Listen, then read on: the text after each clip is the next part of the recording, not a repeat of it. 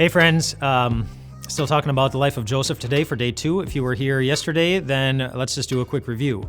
So Joseph was one of 12 brothers. Their father's name was Jacob, and Joseph's brothers did not like him at all. Because Joseph was Jacob's dad's favorite, and he got this richly ornamented robe, and I think he kind of liked to flaunt the robe a little bit, and he had the special dreams that implied that his whole family was going to be bowing down to him someday, and so they didn't like hearing any of that. So picking up today, so Joseph's brothers were out in the field working, and Dad said, hey, why don't you go check on your brothers and see how they're doing? So he goes out into the field, and the brothers see them coming, and you know what they said?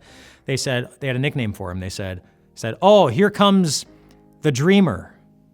They identified him by his dreams. You know, he's like, oh, there's the dreamer who thinks that life is just going to go the way that his dreams say. And then they got this bright idea. They said, let's get rid of the dreamer.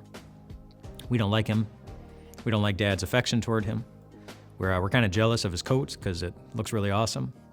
But they said, let's get rid of him. And their first idea was to kill him. They were going to kill their brother. So yesterday we talked about tough family relationships. This is a tough family relationship. But then Reuben, one of the brothers, the oldest brother, he said, no, we shouldn't kill him. Let's just sell him instead. Which I don't know if that's really much better, but at least he was still alive. And so they decided to sell their brother, and that's what happened. They sold their brother to some slave traders who happened to be going by, and Joseph's gone. He's gone.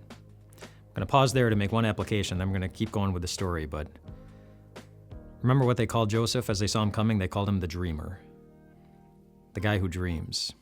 They identified him by what he did. How do you identify yourself? Like, what is your self-image based on? Joseph was the dreamer. That's how they looked at him. Do you think I'm the guy who has to perform at work every day and do better than everyone else? I'm the girl who has to look better than everybody else to get everybody's attention. I'm the person who has to give the impression that I have the perfect marriage or the perfect children. I'm the one who has to do everything just perfectly. I'm the one who needs everybody's attention. I'm the one who need people to feel or to tell me that I do a really great job with things in order to feel good about myself. There are any number of ways that we assign value to ourselves or of how we define ourselves. The Bible actually gives us the best way to define ourselves, and that is to define ourselves not by how we live, not by what we do, but by how Jesus lived and by what Jesus did. And that's a good thing because when Jesus lived, he never did anything wrong. No one was ever able to convict him of they weren't able to find anything in his life. Anytime that he said the wrong thing or crossed a line that he shouldn't have, like he just loved people. He taught the right thing. And the Bible says that that's how God looks at us. There's a Bible passage in the Bible book of Galatians that says, everyone who's been baptized into Christ has been clothed with Christ. So remember Joseph's richly ornamented robe, it covered him and it made him look just wonderful. Picture the life of Jesus covering you. And so when God looks at you, he actually sees every good thing that Jesus did, which was perfection. So he looks at you and he sees perfection. That's not what Joseph's brothers saw.